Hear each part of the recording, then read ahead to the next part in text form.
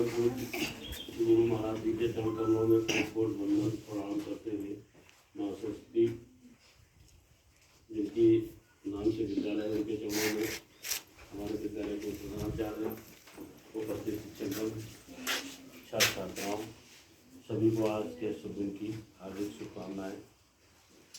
बच्चों, बड़े ही गुरुजनों की मेहनत, लगन और साहस से जो आज का दिन आता है बड़ा ही गौरवपूर्ण दिन होता है। इस दिन पूरे साल भर इन्होंने आपके प्रधानाचार्य या हमारे शिक्षक बंधु जितने भी रहे हैं सभी ने अथक मेहनत और अथक प्रयास करके आज जो संस्था का परिणाम घोषित करने के लिए यहाँ पर उपस्थित हुए हैं। सभी को हम विद्यालय परिवार की तरफ से, अपने परिवार की तरफ से हाथ जोड़ करके तो मैं सभी को प्रणाम करता हूँ, क्योंकि इन्होंने इतनी मेहनत की है, इतना साहस किया है। हम लोगों की भी बातों को सुनते हुए ये सब के सब हमारे शिक्षक बंधु बधाई के पात्र हैं और होना भी चाहिए, क्योंकि ये बच्चे आपके हैं। इनमें निखार, प्रतिभा और ज्ञान, जब आप ये सोच लेंगे कि मुझको इन बच्चों को मंजिल पर पहुंचाना है तो बच्चे तो मंजिल पर पहुंचेंगे ही, साथ ही आपको भी ऊपर वाला इसका लाभ देगा। जो भी मेहनत, ईमानदारी, सच्चाई और लगन से की जाती है उसका प्रतिफल ईश्वर जरूर देता है। ये बात सच है कि कहीं पर भी उसका कोई धोखा नहीं है। इसी तरीके से हमारे जो गुरुजनों ने मेहनत की है, लगन से हम लोगों के वचनों को सहते हुए, अन्य सभी कार्यों को करते हुए ये सब के सब बधाई के पात्र हैं और इनकी गुरु की महिमा को हम लोग कहाँ तक जाने। आप लोगों को सब के सब गुरुओं के एक तरीके से गुरुओं की महिमा को हम लोग तो कह ही नहीं सकते। आपके उसमें तो कहना महापुरुषों ने ऐसा लिखा है कि सात समंदर मस्त करूं, लेखन सब बन रहा है। उन्होंने कहा जितने समुद्र हैं इनकी सबकी स्याही बना दी जाए और जितने वन हैं उनकी कलम बना दी जाए। लेखन सब बन रहा है, गुरुगुण लिखन, गुरु की महिमा, गुरु का ज्ञान फिर भी लिखने में नहीं आता है। ये छोटा पड़ जाएगा कागज अगर गुरु की महिमा को लिखा जाए। गुरु एक बहुत बड़ी सर्वोच्च पावर है जो बच्चे को, गु माने होता है अंधकार, रू माने प्रकाश, जो अंधकार से प्रकाश की ओर अग्रसित कर देता है वो गुरु कहलाता है। तो इसलिए बच्चों, आज आप सब लोग इसके लिए पढ़ रहे हो, अपने लिए। माता पिता तो आपका सहयोग कर रहे हैं, वो भी आपके बधाई के पात्र हैं। पहले पूर्व समय में गुरु कैसी कैसी परीक्षा लेते थे, कैसे कैसे बच्चों की परीक्षा लेते थे और बच्चों को पास करते हुए बच्चे उसमें पास होते थे। एक छोटा सा उदाहरण हम आपको बता दे रहे हैं, उसके साथ फिर अन्य बातें बताएंगे। एक 3 शिष्य थे, गुरु जी के आश्रम में रहते थे। पहले आश्रम पद्धति अपने यहाँ का नाम हिंदुस्तान में जो है आश्रम पर संत के रहते थे। वहीं सभी समाज के बच्चे जाकर के शिक्षा अध्ययन करते थे, चाहे राजा के हों, चाहे महाराजा के हों, चाहे आपके छोटे परिवारों के, सभी लोग वहां जाकर के शिक्षा कार्य करते थे। उसमें गुरुजी आचार्य, व्याकरण, जो भी धनुष विद्या, जो भी उस समय की शिक्षा रही हो, उन सब का अध्ययन कराते थे। और कराने के बाद जब बच्चा पारंगत हो जाते थे फिर गुरु परीक्षा लेते थे। परीक्षा में जब सफल होते थे तब उनको कहते थे कि अब आप अपने घर जाकर के कार्य करेंगे। उसी तरीके से अभी आप छोटे हैं, अभी आप शिक्षा लेकर के जब पारंगत हो जाएंगे तब समाज में जाकर के कार्य करेंगे। तो ऐसे ही 3 शिष्य थे, उन्होंने गुरु के दरबार में जाकर के और गुरु के यहाँ शिक्षा ली। शिक्षा लेने के बाद फिर उन्होंने कहा हम व्याकरण और इसमें सब में पास हो गए हैं, गुरु जी अब हमको घर चलना है। उन्होंने कहा अभी आपकी जो है, हमने जो है किताबी परीक्षा ली है, मतलब किताब की परीक्षा ली गई है। अभी आपकी जो है व्यवहारिक परीक्षा, मतलब आपके अंदर व्यवहारिक ज्ञान कितना है, इसकी परीक्षा नहीं ली है। व्यवहारिक ज्ञान में आप जब सफल हो जाएंगे तब आपको घर भेजेंगे। जैसे आपके गुरुजी मौखिक परीक्षा लेते हैं, वही व्यवहारिक परीक्षा। तो उन्होंने कहा ठीक, आप ले लेना। तो उन्होंने कहा देखो व्यवहारिक परीक्षा ली जाएगी, इसमें किसी को बताया नहीं जाएगा कि कब ये परीक्षा ली जाएगी। तो तीनों बच्चों से कहा कि भाई भिक्षा मांग लो। पहले ऐसा होता था आश्रम का खर्चा बच्चे जो है सारे शर्म को छोड़ करके और भिक्षा मांगने जाते थे। गुरु जी के समझ लो कहने पर एक शिष्य तो रात भर पानी की बरसात में मेड़ पे लेटा रहा। गुरुजी ने, ये भी आप लोगों ने बताया होगा, गुरुजी ने कहा कि चले जाओ, पानी बरसा है और पानी बह जाएगा और धान ये अधूरा सूखा रह जाएगा, आप चले जाओ। तो वो बच्चा गया और मेड़ को बांधता रहा। मेड़ जब नहीं बंधी तो स्वयं लेट गया। जब गुरुजी ने सुबह याद किया तब देखा कि वो मेड़ पर लेटा पाया गया। ऐसे ऐसे गुरु के बच्चे थे। तो उन्होंने कहा, गुरुजी ने कहा कि जाओ भाई भिक्षा मांग लाओ अपने तीनों शिष्यों से। तो तीनों शिष्य चल पड़े और कहने लगे भिक्षा मांग करके आ जाना, फिर आप अपने घर जाओगे। तो गुरुजी ने क्या किया, एक झाड़ी जैसे रास्ता होता है ऐसी झाड़ियां थी, तो गुरुजी गए शीशा की बोतल लेकर के और रास्ते पर शीशा तोड़ करके सब डाल दिया। तो बच्चे जो भिक्षा मांगने जा रहे थे उनकी व्यवहारिक ज्ञान की, जैसे सांसारिक ज्ञान की परीक्षा लेनी थी। तो क्या हुआ कि दो बच्चे गए, उन्होंने देखा कि शीशा पड़ा है, तो साइड से निकल करके और भिक्षा मांगने चले गए। साइड से निकल करके एक बच्चा था, उसने कहा ये शीशा पड़ा है, किसी भी भाई के लग जाएगा तो इससे खून बहेगा, कृपया इसको इकट्ठा करके एक जगह पर मिट्टी में दबा दे, फिर हम जाएंगे भिक्षा लेने। तो वो उसने, और गुरुजी झाड़ी में छुप करके देख रहे थे। तो उन्होंने क्या किया कि वो शीशे के कांच के टुकड़ों को इकट्ठा किया और इकट्ठा करके हाथ से, बालू हो मिट्टी होती है उससे गड्ढा खोदा और उसमें सारे कांच के टुकड़े इकट्ठे करके बंद करके और वो फिर भिक्षा लेने गए। गुरुजी ने देख लिया, वो वापस आ गए गुरुजी आश्रम पर। जब आश्रम पर गुरुजी वापस आ गए तो जो भिक्षा पहले लेने बच्चे गए थे वो भिक्षा लेकर के जल्दी आ गए। तो उन्होंने पूछा कि भाई गुरु आप लोग जल्दी आ गए, वो भिक्षा लेके नहीं लौटा है दूसरा लड़का। तो उन्होंने कहा वो साहब आ रहा होगा।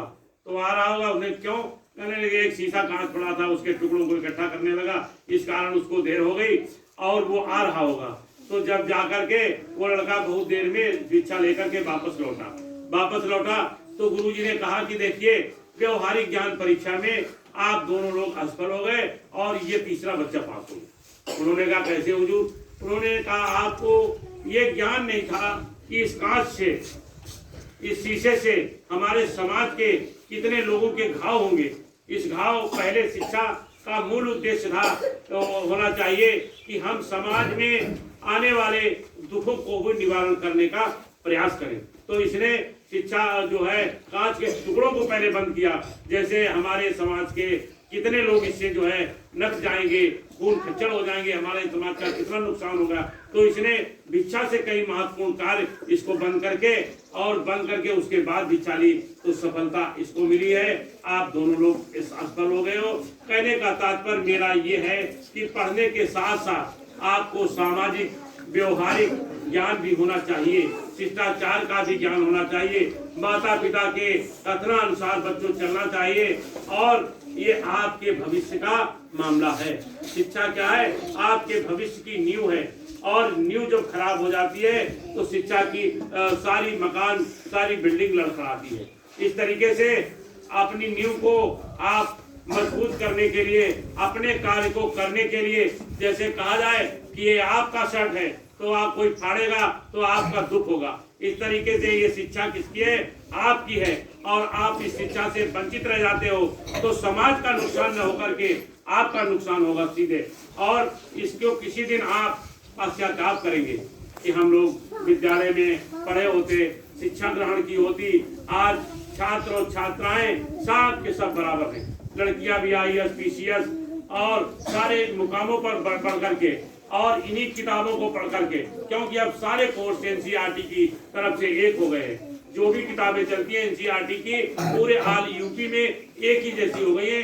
कहने का मतलब यह है कि पूरे इन किताबों को पढ़ करके, इस शिक्षा को ग्रहण करके जिन लोगों ने कष्ट सह करके और अपने मुकाम को पहुंचाया है वो सब के सब आज पूजनीय माने जा रहे हैं। इसी तरीके से बच्चों, मैं अपनी इनकी जिनके नाम विद्यालय, इनकी भी एक छोटी सी कहानी बता दें। हमारे गांव में, गांव पड़ता था नीमापुर, वहाँ कोई विद्यालय नहीं था। तो मेरी माँ कहती थी एक लड़कियों के लिए विद्यालय खोल दिया जाए, ये लड़कियां पढ़ेगी तो हमारे समाज का नाम हो। अब देखो कितनी पुराने लोगों में बुद्धि ज्ञान था। तो उन्होंने कहा एक स्कूल आप खोल दीजिए, हमारे यहाँ की लड़कियां पढ़ करके और समाज को आगे बढ़े। तो उनकी कृपा दया से हम लोगों ने, गुरु महाराज की कृपा दया से संस्थाएं खोल करके और छात्र छात्राओं को पढ़ा करके ये सब आशीर्वाद के रूप में हम लोगों ने आगे बढ़ाया है इस सिस्टम को। इसके लिए पूर्वजों का भी बड़ा मैं धन्यवाद देता हूँ, जो अच्छी बात अच्छी सीख पर व्यक्ति को ला करके और एक अच्छे मुकाम तक पहुँचाते हैं। साथ के साथ आपके बहुत धन्यवाद और बधाई के पात्र होते हैं। इन्हीं बच्चों में से महात्मा गांधी, चंद्रशेखर आजाद, IAS PCS बच्चों, आप अपने अंदर कल्पना करो कि मुझे ये मार्ग पर चलना है, इस रास्ते पर चलना है, तो आपको मार्ग और रास्ते का सहयोग और मदद आपके ईश्वर खुदा गाड जिसको हम लोग कहते हैं वो कर देगा। तो ये मैंने संक्षेप में आपको बताया है। जिन बच्चों ने मेहनत करके जो भी स्थान विद्यालय में प्राप्त किए हैं, सब के सब बधाई के पात्र हैं। और बच्चों, जो बच्चे हमारे जो कमजोर पोजीशन पर आए हैं, असफलता क्या है, सफलता की ओर आकर्षित करती है कि हमारा प्रयास कहाँ पर अधूरा रह गया है, जो हम इस मुकाम तक नहीं पहुँच पाए हैं। तो उस मुकाम तक पहुँचने के लिए बच्चों आगे भी प्रयास आपको करना है कि जो हमारे भाई ने मुकाम हासिल किया है उस मुकाम पर, या हमारी बहन ने जो मुकाम हासिल किया है उस मुकाम पर अगले पड़ाव में हमको पहुंचना है। और इस पड़ाव पर इतनी मेहनत की जाए कि ताकि हम लोग एक बहुत ही अच्छे नंबर मार्क्स ला करके समाज में, देश में और प्रदेश में अपना नाम गौरवान्वित करें। आपको बताएं, नेता सुभाष चंद्र बोस ने कहा था कि तुम मुझे खून दो, मैं तुम्हें आजादी दूंगा। क्या कहा था? ये नारा आप लोगों को याद दिलाया जाता होगा, तुम मुझे खून दो, मैं तुम्हें आजादी दूंगा। तो तुम मुझे शिक्षा दो, मैं मेहनत करके और तुमको मुकाम दूंगा। इसको ये आप अपने ऊपर डिपेंड करिए कि तुम मुझे शिक्षा दो गुरुजी, और मैं मेहनत करूंगा और मेहनत करके मैं आपको मुकाम दूंगा।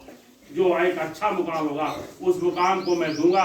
जब लोगों ने अपना खून दे दिया तो देश आजाद हो गया। जब गुरुजी ने शिक्षा दे दी तो आपके बताए गाना, जब गुरुजी ने शिक्षा दी थी तो आप मुकाम तक क्यों नहीं पहुंचेंगे। आपको एक और छोटा सा तो हाथ बता दे, आप कभी भी गुरु की निंदा आलोचना मत करना, माता पिता की भी निंदा आलोचना मत करना। भले माता पिता का कर्म और कर्तव्य थोड़ा विपरीत हो तो आप समझा सकते हैं, छात्राएं भी माता पिता को समझा सकती हैं, बच्चे भी समझा सकते हैं कि पापा ये गलत काम मत करो, ये गलत काम से समाज में हमारी आप सबकी प्रतिष्ठा धूमिल होती है। अब छात्राएं भी समझा सकती हैं, बच्चे भी समझा सकते हैं, लेकिन आप उनको आशीर्वाद वचन लेकर के ही आगे बढ़ोगे। आप गुरु की भी निंदा आलोचना नहीं करोगे। गुरु की निंदा आलोचना जो करता है छात्र, वो भी बड़ा गड्ढे में जाता है। आपको बता दें, एकलव्य जैसा था, पहले बड़ी सामाजिक कुरीतियां थी समाज में, तो एकलव्य शिक्षा लेने द्रोणाचार्य जी के पास गया था। द्रोणाचार्य ने सामाजिक कुरीतियों की वजह से उसको शिक्षा नहीं दी थी बच्चों।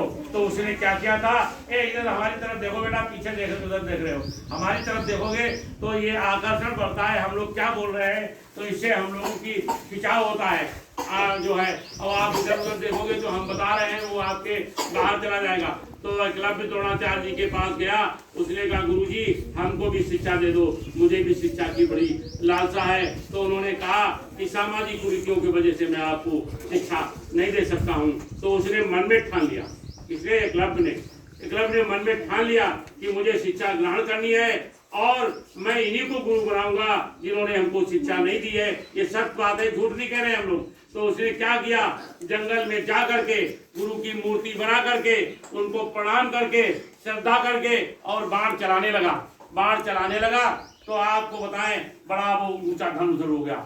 और वही उसके गुरु द्रोणाचार्य देखा कि कुत्ता आ रहा था, कुत्ते में उसने ऐसे बाण छोड़े कि कुत्ते का मुंह भर गया और कुत्ते का कोई नुकसान भी नहीं हुआ। तो उन्होंने कहा ऐसा धनुषधारी तो कौन है, मैंने केवल अर्जुन को ही ये विद्या सिखाई है, अन्य कौन विद्या है। तो बेचारा एकलव्य निकल करके आया कि गुरुजी मैंने ऐसी विद्या इसको बाणों से भरा है, ये विद्या मेरी है। तो उन्होंने कहा तुम्हारे आपके गुरु कौन है। उन्होंने कहा द्रोणाचार्य जी गुरु है, ये जिनकी मूर्ति है। तो उन्होंने कहा गुरु दक्षिणा देना चाहिए। गुरु दक्षिणा में उसने दाहिने हाथ का अंगूठा मांग लिया था।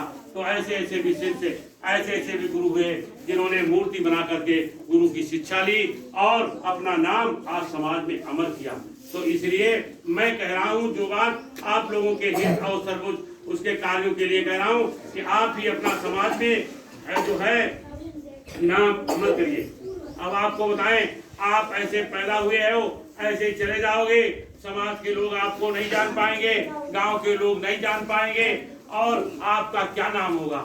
आपके देखो द्रौपदी मुर्मू जैसी महिला आदिवासी उनको कहते हैं जो बेचारे यहाँ ठट्टा लगा के रहे जो लोहर बढ़ई का काम करते हैं, वहां रहे जंगल में, आदिवासी महिला जिसका पति मर गया, सब कुछ मर गया, आज आपके भारत के राष्ट्रपति के सर्वोच्च पद पर है।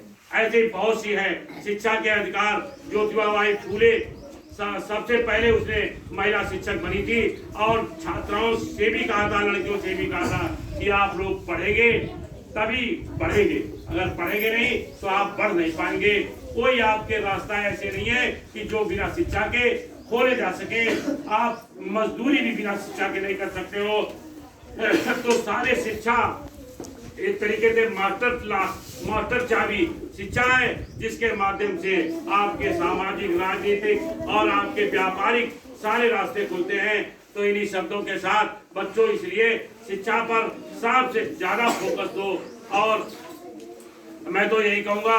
और एक दूसरी बात, क्या चलो छोटे बच्चे हैं कोई बात नहीं, बड़े बच्चे जब देखो कोई बीज बोया जाता है तो किसी के ऐसे छुटका किसान खेत बीज बोता है तो कहीं पर ऐसा पड़ जाएगा जो जम जाएगा अंकुर, वो बताएं इतना बढ़िया अंकुर जमेगा जो आपको बताएं वो समाज को काफी दिन तक छाई देगा।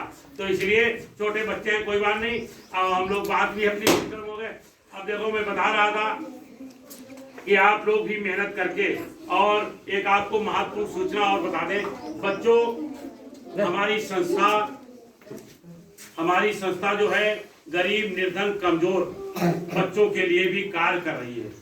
आपके पास पड़ोस में कोई भी गरीब छात्र है जो नहीं पढ़ा सकता है, हम अपने अध्यापक बंधुओं से निवेदन और प्रार्थना करके ऐसे छात्र छात्राओं को निःशुल्क हम लोग पढ़ा देंगे। कापी किताबें उनका सारा खर्चा दे देंगे। ऐसे छात्र यदि आपके पास पड़ोस में हैं, केवल पैसा ही कमाने का मेरा कोई ऐसा उद्देश्य नहीं है। हम लोगों का मेन उद्देश्य है कि समाज में शिक्षा बढ़े और शिक्षा का क्षेत्र आगे बढ़े, और हमारा भी इसी के साथ आपके साथ भी नाम हमारा भी जुड़ा है। यदि आप न होते तो हमारा नाम लेने वाला आज कोई नहीं था। तो इसीलिए ये शिक्षा जो है उन बच्चों को भी आप विद्यालय लाएंगे। और इसके साथ ही साथ सभी लोगों से ये कहना है कि आपके गुरुजनों ने आपके अध्यापकों ने इतनी मेहनत की है, तो आप कम से कम 2-2 बच्चे लाएंगे। कि आप हमारे विद्यालय में चल के देख लीजिए, जो आप इतना पैसा अन्य जगहों पर खर्च कर रहे हैं